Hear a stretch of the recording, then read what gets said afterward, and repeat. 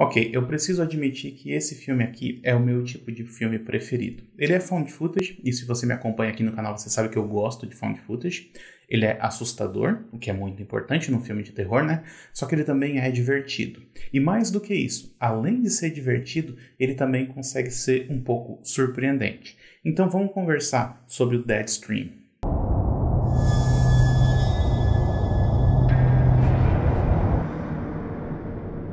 Olá pessoal, sejam muito bem-vindos a mais um vídeo aqui do canal 7marte. Nesse vídeo de hoje eu quero conversar então um pouquinho com vocês sobre o filme Deadstream, que é um filme de 2022, escrito e dirigido pelo Joseph Winter e pela Vanessa Winter. Mas então do que se trata esse filme? Ele conta a história de um sujeito que é youtuber, interpretado pelo próprio diretor Joseph Winter, e que recentemente ele foi cancelado. Ele era um daqueles youtubers que fazem tipo desafios ou então que fazem pegadinhas de mau gosto assim, e em certo vídeo ele acabou indo longe demais. Consequentemente, ele foi cancelado por causa disso e 6 meses depois ele finalmente conseguiu o financiamento para poder voltar ao YouTube. E aí ele resolve voltar então fazendo uma live dentro de uma casa mal assombrada. A ideia então é que ele passe a noite dentro dessa casa que, segundo o que ele disse, ela é comprovadamente mal assombrada, e estude um pouco do interior da casa e também investigue qualquer indício de ameaça sobrenatural lá dentro. Então logo no início do filme a gente vê toda a preparação para essa live, a gente vê ele montando o equipamento,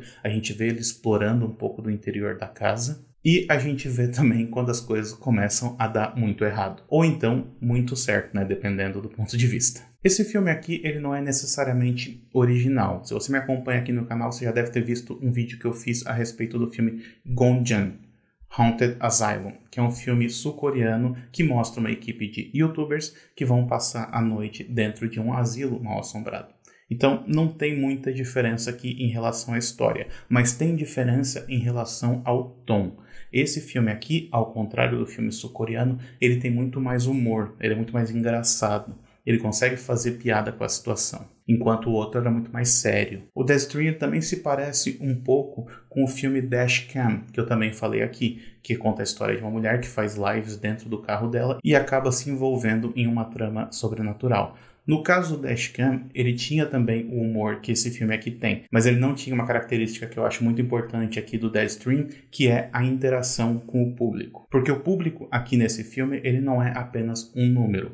O público, ele interage com o protagonista. Em alguns casos, é o público que enxerga alguma ameaça sobrenatural e fala para ele investigar. Em outros casos, eles mandam informações para ele, informações que ele não tinha e que ele não teria acesso de outra maneira. E essa interação eu acho que é um dos pontos fortes do filme, mas não é o único. Esse filme aqui, ele é genuinamente assustador. As cenas em que o protagonista está caminhando por dentro da casa são tensas demais. E algo que ajuda a ampliar essa tensão do filme é o fato de que o protagonista ele não é nenhum caça-fantasmas.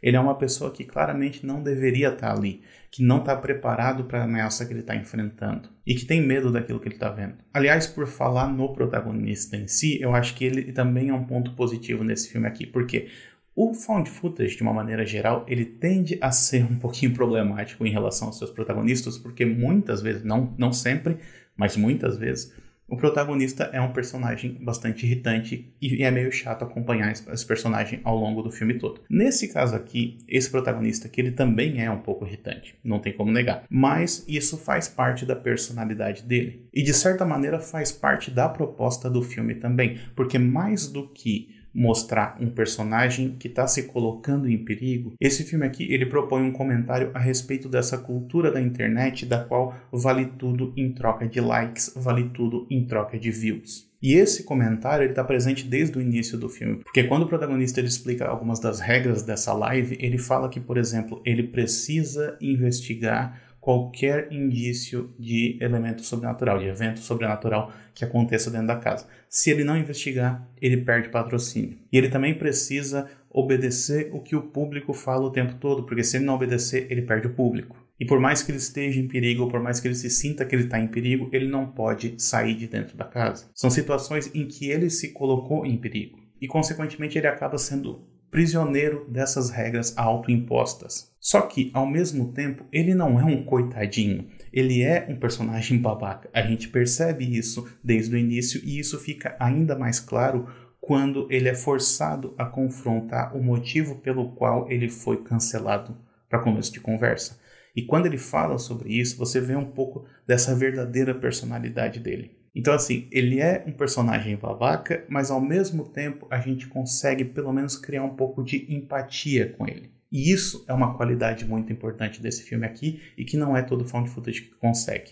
Antes de eu falar a respeito de outros aspectos que eu gostei bastante nesse filme aqui, eu peço que se você está gostando desse vídeo até esse momento, deixe seu like aqui embaixo, se inscreve no canal, ativa o sininho de notificações, importante, tá? E também me segue nas redes sociais, todas elas vão estar linkadas aqui embaixo. Continuando então. Uma outra questão que eu gosto bastante a respeito desse filme aqui tem a ver com a estrutura dele, a estrutura narrativa. Chega um determinado momento do filme em que você meio que já adivinha para onde que ele está indo. Fica fácil de adivinhar. Você consegue enxergar direitinho o caminho que esse filme vai seguir, ou pelo menos essa é a impressão que ele passa.